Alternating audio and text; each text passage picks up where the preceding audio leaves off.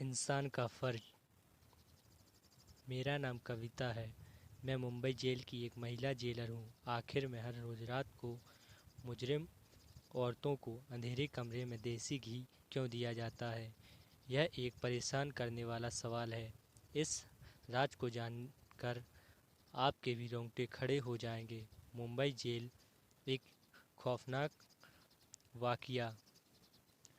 यह रात एक डरावनी रात थी जब हमारे घर में अचानक से दरवाजे पर दस्तक हुई। सब घर वाले शहर से बाहर शादी में गए हुए थे और मैं इस वजह से नहीं जा सकी थी क्योंकि मेरे एनुअल एग्ज़ाम चल रहे थे। माँ ने नौकरानी को कह दिया था कि मेरे साथ यहाँ 2-3 दिन रह ले, मगर अचानक शाम को ही नौकरानी के बच्चों की तबीयत खराब हो गई तो उस बेचारी को जाना पड़ा।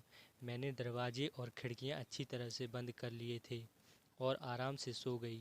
जब अचानक दरवाजे पर दस्तक हुई तो मेरी नींद खुल गई और मैं घबरा कर उठ गई और मैंने सोचा कि इतनी रात को कौन आएगा। मैं पहले तो डर गई कि रात के इस वक्त कौन आया है। बाहर से किसी की आवाज़ आई, दरवाज़ा खोलिए, मुझे मदद की बहुत ज़रूरत है, मैं ज़ख्मी हूँ, प्लीज़ दरवाज़ा खोलिए। इन दिनों वैसे भी शहर के हालात बहुत ख़राब चल रहे थे। मैं सोच में पड़ गई कि दरवाज़ा खोलूं या नहीं खोलूं। इस बार फिर से एक औरत की आवाज़, प्लीज़ दरवाज़ा खोल दीजिए वरना वह मेरी जान ले लेंगे। मैं किसी को मुसीबत में नहीं देख सकती थी, इसलिए मैंने फैसला किया कि यह दरवाज़ा खोल देती हूँ। क्या पता किसी को मेरी मदद की ज़रूरत हो। मैंने दरवाज़ा खोला तो बाहर एक औरत खड़ी हुई थी और मुझे देखकर जल्दी से अंदर आ गई और दरवाजे को बंद कर दिया। मैंने ध्यान से उसको देखा तो वह लगभग 30 साल की खूबसूरत जवान सी लड़की थी। उस वक्त उजड़े हुए हालातों में बेचारी बहुत ही परेशान लग रही थी। उसकी हालत बहुत गंभीर थी। उसकी गंभीरता उसकी खूबसूरती को छुपा रही थी। माथे पर खून लगा हुआ था। वह बहुत बुरी तरह से जख्मी हो गई थी। अभी मैं उसको देख ही रही थी कि अचानक से पुलिस के सायरन बजने लगे। मैंने चौंक कर उसको देखा। मुझे कुछ गलत होने का एहसास हुआ, जैसे मैंने कुछ गलत कर दिया हो। वह कहने लगी, मुझे कहीं छुपा दो, पुलिस मेरे पीछे है, प्लीज़ मेरी मदद करो। मैं सोच में पड़ गई। मुझे बहुत ही पछतावा हुआ कि मुझे इसको अपने घर में जगह नहीं देनी चाहिए थी और ना ही इसकी मदद करनी चाहिए थी। अगर पुलिस ने छापा मार लिया तो मैं भी उसके साथ जेल जाऊंगी। सायरन की आवाज़ धीरे धीरे करीब आती जा रही थी। मेरे दिमाग में बिल्कुल काम करना बंद कर दिया था। मुझे समझ में नहीं आ रहा था कि मैं क्या करूं। वो खुद ही घर के अंदर भागकर चली आई। मुझे होश आया तो मैं भी उसके पीछे भागी और कहने लगी कि आप थोड़ी देर में पुलिस घर की तलाशी लेना शुरू कर देगी। मुझे कहीं छुपने की जगह बता दो जहां मैं छुप जाऊं। मैंने डरते हुए पूछा, कौन हो तुम और पुलिस क्यों पीछे है तुम्हारे? वो कहने लगी, तुम्हें भगवान का वास्ता अभी मुझे छुपा दो, कहीं कहीं भी, मैं तुम्हारे सारे सवालों का जवाब दूंगी। कसम खाकर कहती हूँ कि मैं तुम्हें कोई नुकसान नहीं पहुँचाऊँगी और न ही नुकसान पहुँचाने के इरादे से आई हूँ। मेरा भरोसा करो। उसी वक्त बाहर से स्पीकर के जरिए ऐलान हुआ, एक खतरनाक महिला कैदी जेल से फरार हो गई है। अगर किसी ने उसे पनाह दी है तो वह खुद से बाहर निकाल दे, वरना अभी थोड़ी देर में पुलिस तलाशी लेना शुरू कर देगी। वह कहने लगी, देखो मुझे जल्दी से छुपाओ वरना मेरे साथ तुम भी मुसीबत में फंस जाओगी। उसकी बात सुनकर मैं जल्दी से छत पर उसको पानी वाली टंकी के पास ले गई।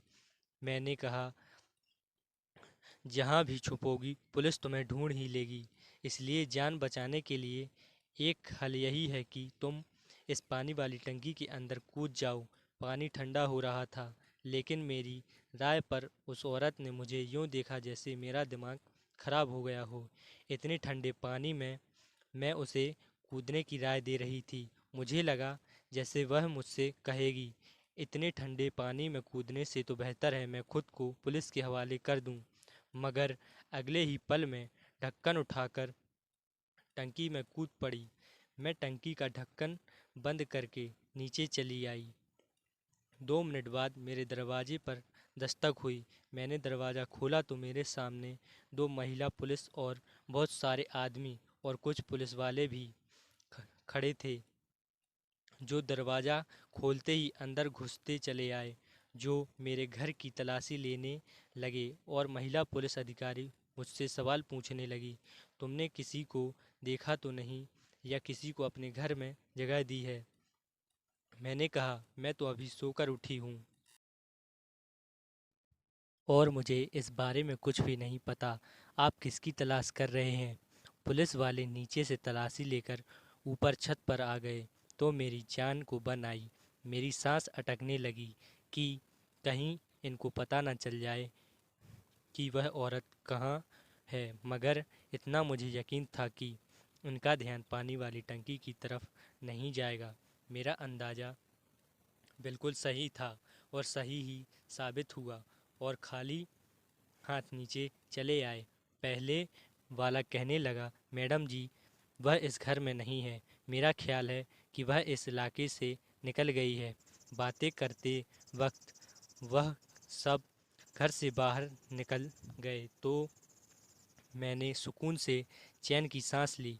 उनकी आपस की बातों से पता चला कि वह मुंबई जेल से इस औरत को ढूंढते हुए यहाँ तक पहुँच गए। पुलिस वालों के जाने के कुछ ही मिनट में मैं जल्दी से ऊपर गई और टंकी का ढक्कन हटाकर उसे बाहर निकाला। ठंडे पानी की वजह से वह थरथर काँप रही थी। अगर मैं 10 मिनट और वहाँ नहीं जाती तो शायद उसको मरा हुआ पाती। मैं उसे नीचे ले आई और उसको हीटर के पास बैठा दिया। मैंने उसको अपने कपड़े दिए तो उसको थोड़ा होश आया। मेरे कपड़े बदल कर वह रजाई लेकर हीटर के पास बैठ गई। मैंने सोचा, अब अगर इसकी मदद कर रही हूँ तो बेचारी के लिए कुछ खाने पीने को भी ले आती हूँ। मैंने उसके लिए चाय बनाई और खाना गर्म करके उसके पास ले आई। ना जाने क्यों उसके चेहरे को देखकर मुझे नहीं लगता था कि वह एक मुजरिम है। थोड़ी देर तक उसकी हालत में सुधार आ चुका था। अब मैंने उससे बात की शुरुआत की और कहा, आपको देखकर लगता तो नहीं है कि आप मुजरिम हो, लेकिन पुलिस वाले आपके पीछे क्यों पड़े थे और यह कह रहे थे कि मुंबई जेल से एक मुजरिम औरत फरार हुई है, तो क्या आप वाकई मुजरिम हैं? मेरा सवाल सुनकर उसने गहरी सांस ली और कहने लगी, तुम्हारा अंदाज़ा बिल्कुल ठीक है। मैं मुंबई जेल की कैदी नहीं बल्कि वहाँ की जेलर हूँ। मैंने कहा, क्या? यह सुनकर कि वह मुंबई जेल की जेलर है, मेरे तो होश ही उड़ गए। एक जेलर के पीछे पुलिस, लेकिन क्यों? मैंने पूछा, आप जेलर होकर मुजरिमों की तरह क्यों भाग रही हो? तो वह कहने लगी कि बड़ी लंबी कहानी है, सुनकर क्या करोगी? मैंने कहा, देखिए, मैंने आपको अपने घर में जगह दी है, आपकी मदद की है। अब आपको भी अपनी कहानी मुझे सुनानी होगी, क्योंकि मैं यह सब आपसे इसलिए भी पूछ रही हूँ क्योंकि मैंने भी मुंबई जेल में जेलर के लिए अप्लाई किया हुआ है। तो मुझे आपकी कहानी सुनकर मालूम हो जाएगा कि वहाँ के क्या हालात हैं। तो कहने लगी, ठीक है, अगर तुम्हें इतना ही जानने का शौक़ हो रहा है तो मेरा नाम गौरी है और मैं एक बहुत अच्छे घर और इज्जतदार ख़ानदान से ताल्लुक़ रखती हूँ। हम 2 बहनें 2 भाई हैं। मेरे पिताजी मुंबई के थाने में हवलदार थे। मेरे पिताजी ने बचपन से ही हमें सच्चाई और ईमानदारी का सबक पढ़ाया था और यही समझाया था कि अपने काम में हमेशा वफादार रहना चाहिए, चाहे वह कितना ही मामूली क्यों ना हो और रुतबा चाहे छोटा हो या बड़ा। कभी भी अपने ईमान का सौदा मत करना। मेरे पिताजी एक सच्चे और ईमानदार हवलदार थे। अपनी सारी ज़िंदगी नौकरी के दौरान उन्होंने कभी भी 1 रुपया की भी रिश्वत लेना गवारा नहीं समझा। पिताजी के साथ के दोस्तों ने अपने घर पक्के कर लिए और अच्छी ज़िंदगी गुजारने लगे थे, मगर हमारा गुजारा गरीबी के कारण मुश्किलों से ही हो रहा था। मैं पिताजी की बहुत लाडली बेटी थी, इसलिए अक्सर घर के हालात से तंग आकर मैं भी उनसे कहती थी कि पिताजी आप अपने साथ के लोगों को ही देख लीजिए, उन्होंने किस कदर तरक्की कर ली है, उसने ही उनसे ही सीख लीजिए। उन लोगों के घर में सब तरह की ऐशो आराम है। उन लोगों के घर रोजाना अच्छे अच्छे पकवान बनते हैं और हमारे यहाँ वही रूखी सूखी, और हम लोग तो दिवाली पर भी अच्छे पकवान नहीं बना पाते। हमें तो कुछ अच्छा देखने को भी नहीं मिलता, खाना तो दूर की बात है। उनके बच्चे कितने अच्छे स्कूल और कॉलेज में पढ़ते हैं और हम लोग तो सरकारी स्कूलों में जाते हैं।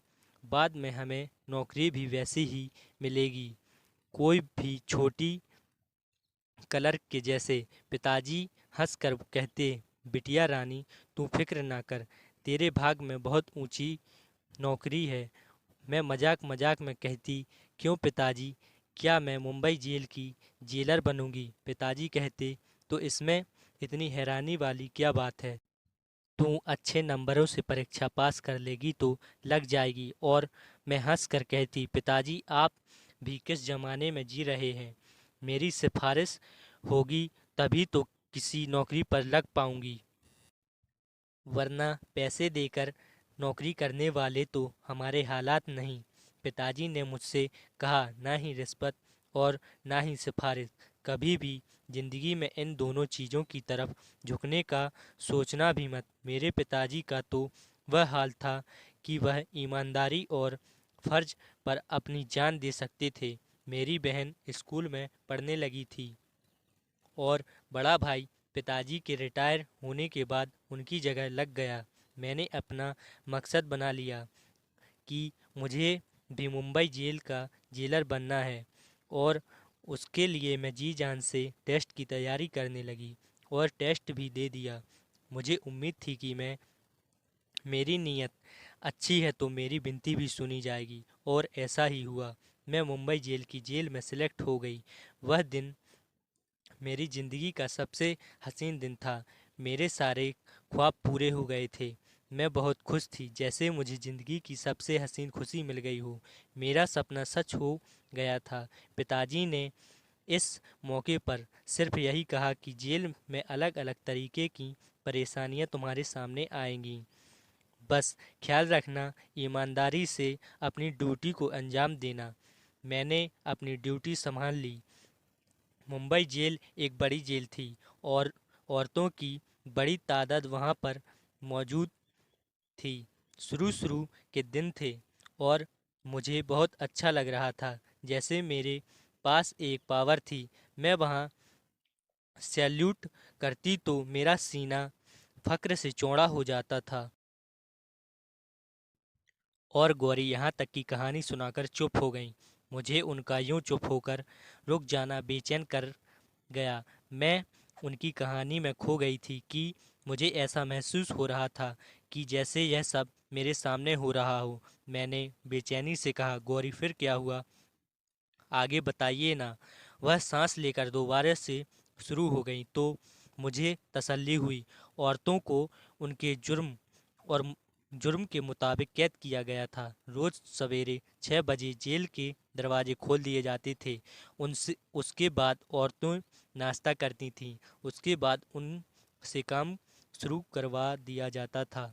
कुछ औरतें चक्की पीसती थीं, कुछ सिलाई करती थीं, और जो नौजवान लड़कियां थीं उनको पढ़ाया लिखाया जाता था ताकि वहां से निकलने के बाद कुछ बनकर निकलें। शाम को सूरज डूबता और जब रात होने को आती उनको खाना दिया जाता और उनको वापस जेल में भेज दिया जाता। शुरू शुरू के दिनों में इतना अंदाज़ा नहीं हुआ था कि यहाँ किस किस के ग्रुप बने हुए हैं, मगर धीरे धीरे मुझे पता लग गया कि किस औरत ने किसके साथ और क्यों दोस्ती कर रखी है। जैसे फिल्मों में दिखाया जाता है कि एक जेल उससे कहीं बढ़कर खौफनाक होती है और बहुत खतरनाक जुर्म के नतीजे में पकड़ी गई थीं। उनको अलग अलग जेल में रखा गया था। मुझे अपना काम करने में ज़्यादा दिलचस्पी नहीं होती थी। अग, लगता था जैसे लोगों को तो पहले से ही काम करने की आदत नहीं थी, मगर मैं तो रोज़ाना पिताजी से ईमानदारी का पाठ पढ़ कर आती थी, इसलिए ना सिर्फ कुछ काम करती बल्कि अपने साथ के लोगों को खूब दौड़ाया करती थी। मैं अपनी नरम दिल की वजह से औरतों में बहुत मशहूर हो गई, जिसकी वजह से वहाँ की सभी औरतें मुझे पसंद करने लगीं और मुझसे बहुत खुश रहने लगीं। औरतें बताती थीं कि मुझसे पहले जो जेलर थी वो काम धाम तो कुछ करती नहीं थी, बस रौब झाड़ती रहती थी और बगैर किसी वजह के जिसको मर्जी मारती फिरती थी। मैंने सभी पुलिस कर्मचारियों को कह दिया था कि किसी भी औरत पर कोई हाथ नहीं उठाएगा। अगर किसी ने भी ऐसा किया तो मुझसे बुरा कोई नहीं होगा। एक दिन मैं राउंड पर गई तो एक औरत ने रोते हुए मुझे बताया कि लेडी कांस्टेबल ने आज किसी वजह से बगैर थप्पड़ मारा है। मुझे सुनकर बहुत गुस्सा आया कि अपनी ताकत का नाजायज फ़ायदा उठाया जा रहा है। उसे किसने सिखा दिया? मैंने उसे एक हफ्ते के लिए सिलेंडर करवा दिया। मेरी वजह से जेल का माहौल अच्छा होने लगा था। मैंने औरतों को अलग अलग तरीके से रोजगार सिखाने शुरू कर दिए थे। मेरी ड्यूटी से वहाँ के लोग बहुत खुश थे और मुझे पहले भी साल में अच्छे काम की वजह से मेडल से सम्मानित किया गया। वह मेरे काम को खूब सराहा गया। वह सारी तारीफ़ें हुई। इसी दौरान मेरे लिए एक आला अफसर मनीष का रिश्ता आया, जिसे मेरे घर वालों ने मेरे लिए चुना। मेरे और पति मेरी बिल्कुल शादी वैसे हो ही गई। ख्यालात के थे जैसे मेरे पिताजी थे, इसलिए मैं अपनी ज़िंदगी में बहुत खुश थी। ड्यूटी और घर बहुत अच्छे से चल रहा था, सब कुछ ठीक जा रहा था। मगर कहते हैं ना, आजमाइश इंसान पर उसी वक्त आती है जब वह ज़्यादा ही खुश ज़िंदगी में हो जाए। मेरी किस्मत को भी मेरा सुकून अच्छा नहीं लगा। उन्हीं दिनों जेल के बाहर से देसी घी से भरे हुए डब्बे आने जाने लगे। शुरू शुरू में तो मैंने इतना ध्यान नहीं दिया कि रिश्तेदार अक्सर इस किस्म की चीज़ें भेजते रहते हैं, मगर जब लगातार इसी तरह रोजाना देसी घी के डिब्बे जेल में आने जाने लगे तो मैं चौंक गई। मुझे यह बात हजम नहीं हुई कि यह क्यों हो रहा है। मेरा दिल और दिमाग कह रहा था कि कुछ तो गड़बड़ जरूर है। मैंने सोचा कि मुझे मालूम करना होगा कि रोज रोज देसी घी के डिब्बे किसके पास जाते हैं, कौन मंगवाता है। एक अच्छा जेलर वही होता है जिसने कैदियों में से ही अपने जासूस बनाए हों, ताकि उसको पल पल की खबरें मिलती रहें। मैंने भी उसी औरत को अपने लिए जासूसी करने को कहा था, जिसके लिए मैंने लेडी कांस्टेबल को एक हफ्ते के लिए सिलेंडर किया था।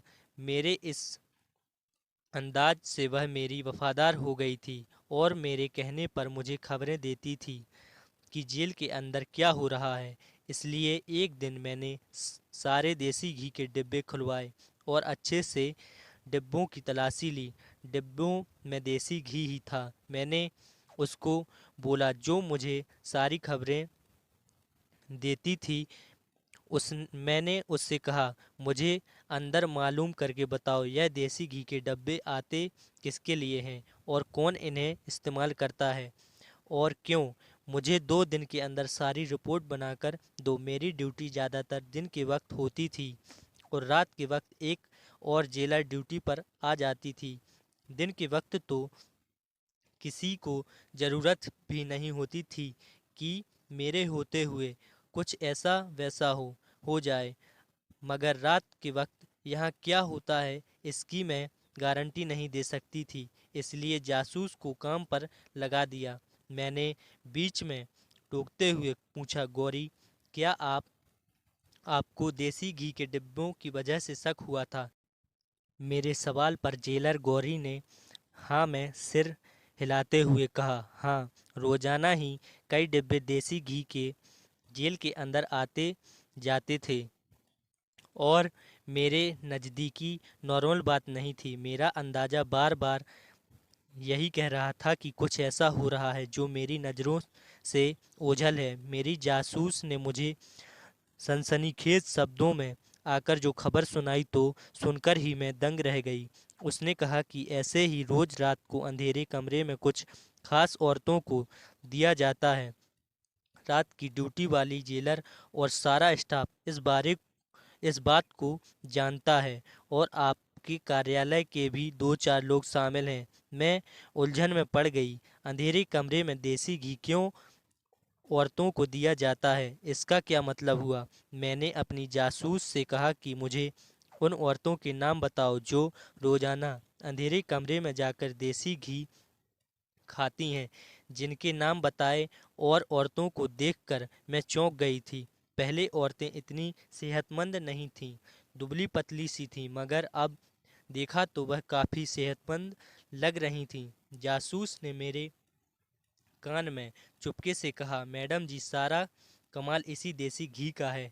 इतनी सीधी बात नहीं थी कि मैं नज़रअंदाज कर देती। मुझे एहसास हुआ कि इस मामले की तह तक मुझे जाना चाहिए। मैंने कुछ दिनों के लिए अपनी ड्यूटी रात की शिफ्ट में करवाने का फैसला कर लिया। मैंने देखा कि मेरी रात की शिफ्ट की खबर बहुत सारे लोगों के दिलों पर बिजली बनकर टूटी थी। मैंने दिन के समय घर में अपनी नींद पूरी कर ली ताकि वहाँ रात को जाग सकूं।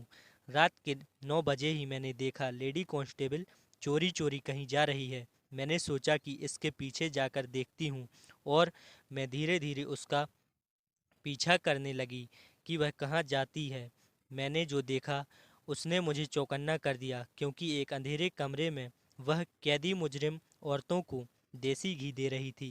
पहली चौंकाने चौंकाने वाली बात यह थी कि रात को देसी घी खाने की क्या ज़रूरत थी, और ज़बरदस्त बात यह कि जेल के आखिरी वाले अंधेरे कमरे में जाने की क्या तुक बनती है। मैंने 2-3 दिन यही रूटीन देखा, लेकिन इसके अलावा कोई और ज़बरदस्त बात मेरी गिरफ्त में ना आ सकी। मैं कुछ भी पूछ कर इनको मोहताज करने का मौका नहीं दे सकती थी, इसलिए मैं चुपचाप सब कुछ देख रही थी कि कभी तो मौका आएगा कि कोई और सबूत मिलेगा। और सबूत आखिर एक दिन मिल ही गया। उस दिन रात के 11 बजे थे। मैंने अपना सिर मेज से टिकाया और जानबूझकर आंखें बंद कर लीं ताकि कोई देखे तो यही समझे कि मैं सो गई हूँ। थोड़ी देर गुजरी थी कि मेरे ऑफिस में कोई आया। आहट से मैंने पहचान लिया लेडी कांस्टेबल है। वह मुझे सोता देख कर बाहर चली गई। वो किसी से कहने लगी, जो नींद की दवा मैडम को दी है उसने असर कर दिखाया। मैडम सो रही हैं, बस कुछ ही घंटे बाकी हैं, इसलिए इन औरतों को जाकर कहो जल्दी जल्दी अपना काम करें। कुछ ही देर में वह दोनों वहां से चली गईं। मैंने हैरत से सोचा कि आखिरकार यह सब क्या हो रहा है। जेल में जिसकी मुझे खबर नहीं थी और मेरी नाक के नीचे सब कुछ हो रहा है। इनकी बातों से अंदाजा हुआ कि जो भी हो रहा है उसकी उसी अंधेरे कमरे में हो रहा है। तभी मैंने उठने की कोशिश की ताकि जाकर देख सकूं ऐसा क्या हो रहा है। वहां पर उठते ही मेरा सर चकराने लगा। मुझे चक्कर आ रहे थे। लगता था कि मेरी चाय में जो नींद की गोलियां मिलाई थीं उसने अब असर करना शुरू कर दिया था। मैं वहीं पर सो गई और सुबह तक मुझे कुछ खबर नहीं हुई कि मैं कहाँ पर हूँ। सुबह उठी तो सर भारी हो रहा था, इसलिए घर चली गई। घर जाने से पहले इन औरतों की तरफ आई ताकि कोई बात इनके बारे में पता कर सकूं, मगर वहाँ पर सब ठीक लग रहा था। तो मैं घर वापस आ गई। घर आकर मैं सोचती रही कि कांस्टेबल के साथ दूसरा शख्स कौन था जिससे वह बात कर रही थी। इसके बाद मैं रात को दोबारा ड्यूटी पर गई। मैंने फैसला कर लिया था कि मुझे क्या करना है।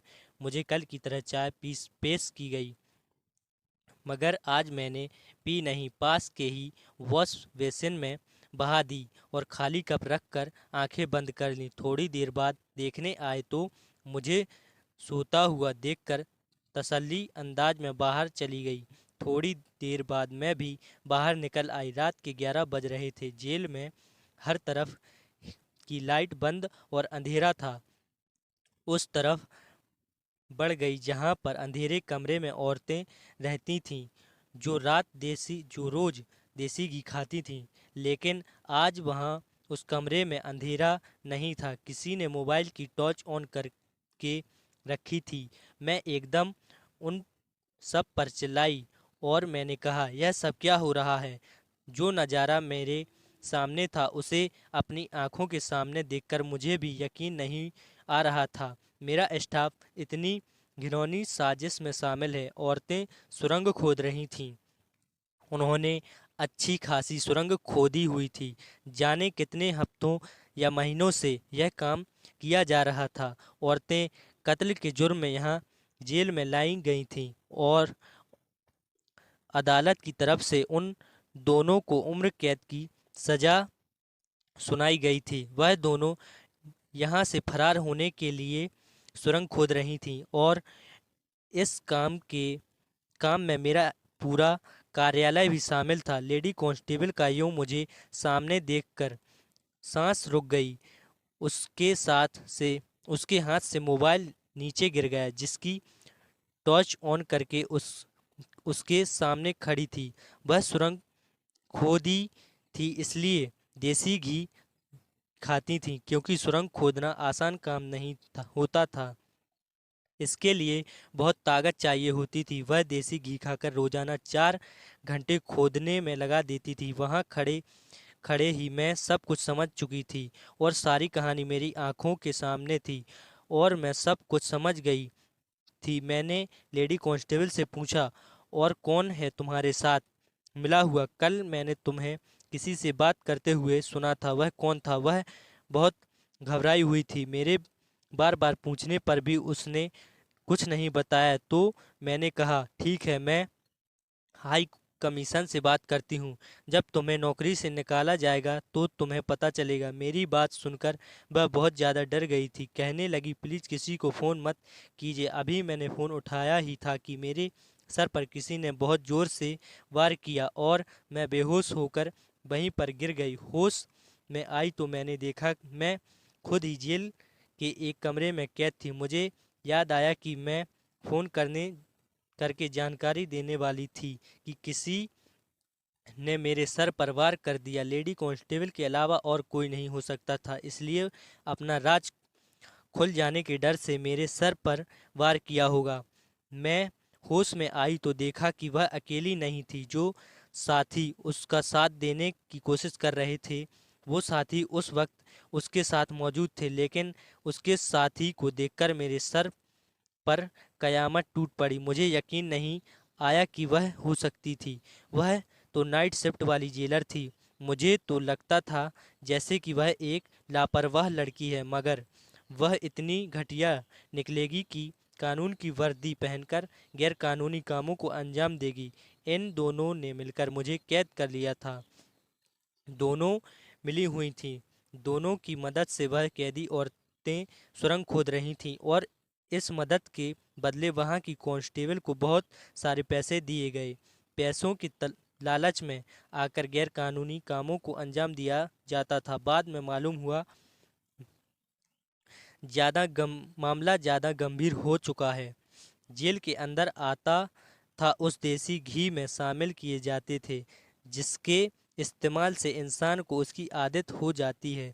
ऐसी ही चोरी चोरी अंदर बेचा जाता था। यह कोई मामूली देसी घी नहीं था। यह सारा काम रात के वक्त इस जेलर की मौजूदगी में निहायत चोरी चुपके होता था। इस जेलर ने यह सारी बात मुझे खुद अपने मुंह से बताई उसने अपने सारे जुर्म मेरे सामने कबूल किए, लेकिन वह नहीं जानती थी कि इसने मुझे मेरे ही जिस दफ्तर में कैद किया है तो वहाँ तो मैंने पहले से ही एक कैमरा लगा रखा है जो सारी बातें रिकॉर्ड कर रहा था।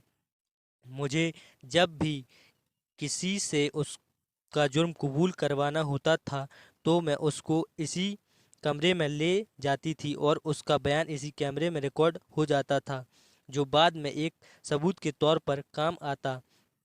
उसने मेरी तरफ से न्यायालय को ऑफिशियल तौर पर चिट्ठी या खत और पोस्ट कर दिया ताकि मेरा गायब होना पूरी तरह से किसी को खटके नहीं। इसके बाद उसने मेरी पहचान के अनुसार एक रिपोर्ट बनाकर न्यायालय को भेज भेज दी जिसमें मुझ पर गंभीर आरोप लगाए गए थे। उसका इरादा मुझे रास्ते से हटाना था। आज शाम जैसे ही वह मेरे लिए खाना लेकर कमरे में आई तो मैं उस पर काबू पाकर वहां से फरार हो गई और तब से वह मेरे पीछे लगी है ताकि मुझे पकड़ सके। यह थी मेरी सारी कहानी जिसको सुनने के लिए तुम इतनी बेचैन थी। मैंने सारी कहानी सुनकर हिचकिचाते हुए गौरी से पूछा, लेकिन अब आप अपनी बेगुनाही कैसे साबित करेंगी? जेलर गौरी कहने लगी, मुझे बस किसी भी तरह वह खुफिया कैमरा अपने कब्जे में करना है। सारी बातचीत रिकॉर्ड है, मगर यही मैं सोच रही हूँ कि अब मेरा वहाँ जाना तो खतरे से खाली नहीं है। जब तक मैं अपनी बेगुनाही साबित नहीं कर लेती तब तक मैं कहीं नहीं जा सकती। किसी भी तरह से मुझे वह कैमरा हासिल करना होगा। मैंने कहा, मैं आपकी मदद कर सकती हूँ। गौरी मुझे चकित होकर देखने लगी। मैंने जेलर के लिए अप्लाई किया हुआ है। मेरा ख्याल है आपको नौकरी से भी निकाल दिया गया है। तभी तो दूसरे जेलर के लिए अखबार में विज्ञापन दिया गया था। मैंने अप्लाई किया है और अब टेस्ट देने जाना है। अगर मेरा सिलेक्शन हो गया तो आपकी बेगुनाही मैं खुद साबित कर दूंगी। मैंने जेलर गौरी को कहा कि मेरे सभी घर वाले बाहर शादी में गए हैं, आप जब तक चाहें यहाँ रह सकती हो। मगर अगले ही दिन उन्होंने अपने पति को फ़ोन किया और उसके साथ चली गई। मुझे यह सारी कहानी जानकर जानकर उस बेचारी के लिए बहुत दुख हुआ था।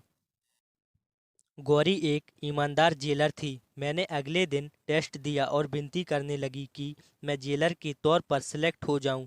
मेरा मकसद गौरी की बेगुनाही साबित करना था और इस मकसद के लिए ज़रूरी था कि मैं मुंबई जेल के अंदर जाती, और यह सिर्फ जेलर की ही हैसियत से मुमकिन था, जो कि शायद मैं ही कर सकती थी। मेरी विनती रंग लाई, मुझे सिलेक्ट कर लिया गया। इंटरव्यू की सारी तैयारी मुझे गौरी ने करवाई थी, जिसकी वजह से मैं सिलेक्ट हुई थी। मैंने वहां जाते ही पहले दिन ही देख लिया था कि वह कौन औरतें थीं जो सुरंग खोदती थीं और देसी घी हजम करती थीं। उन औरतों को देखकर अंदाजा हुआ कि उनका काम जारी था। मैंने चुपके से बड़े अधिकारियों को लेटर लिखकर बताया कि जेल में सुरंग खोदी जा रही है और इसकी जिम्मेदार रात की ड्यूटी वाली मैडम और लेडी कांस्टेबल है। इसके साथ ही मैंने यह कैमरा भी सबूत के तौर पर भिजवा दिया, जो मुझे ठीक उसी जगह मिला था जिसका मुझे गौरी ने बताया था। ठीक रात 11 बजे जेल में छापा पड़ गया जहां सुरंग खोदी जा रही थी, और उन औरतों को सुरंग खोदते रंगे हाथों पकड़ा गया। लेडी कांस्टेबल और नाइट ड्यूटी वाली जेलर को गिरफ्तार कर लिया गया और उनको कड़ी से कड़ी सज़ा सुनाई गई। यह सब मैंने अपनी ड्यूटी के दूसरे दिन ही किया था, क्योंकि मेरा इरादा ही यही था कि सच सामने लाया जाए। जेलर गौरी को गौरी की बेगुनाही साबित हो गई और उन्होंने इसकी उनकी पोस्ट दोबारा दे दी गई।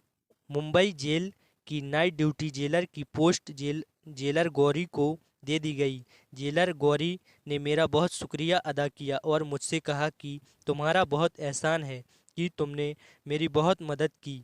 और अब मेरी जेलर गौरी के साथ बहुत अच्छी दोस्ती हो गई है। हम दोनों ने मिलकर पहले की तरह जेल का माहौल अच्छा कर दिया और सब कुछ पहले की तरह अच्छा अच्छा होने लगा था। हेलो फ्रेंड्स, तो कैसी लगी आपको हमारी ये स्टोरी? अगर वीडियो अच्छी लगी हो तो प्लीज़ चैनल को सब्सक्राइब करें और वीडियो को लाइक करें, और प्लीज़ कमेंट करके ज़रूर बताएं कि वीडियो कैसी थी। थैंक यू दोस्तों। थैंक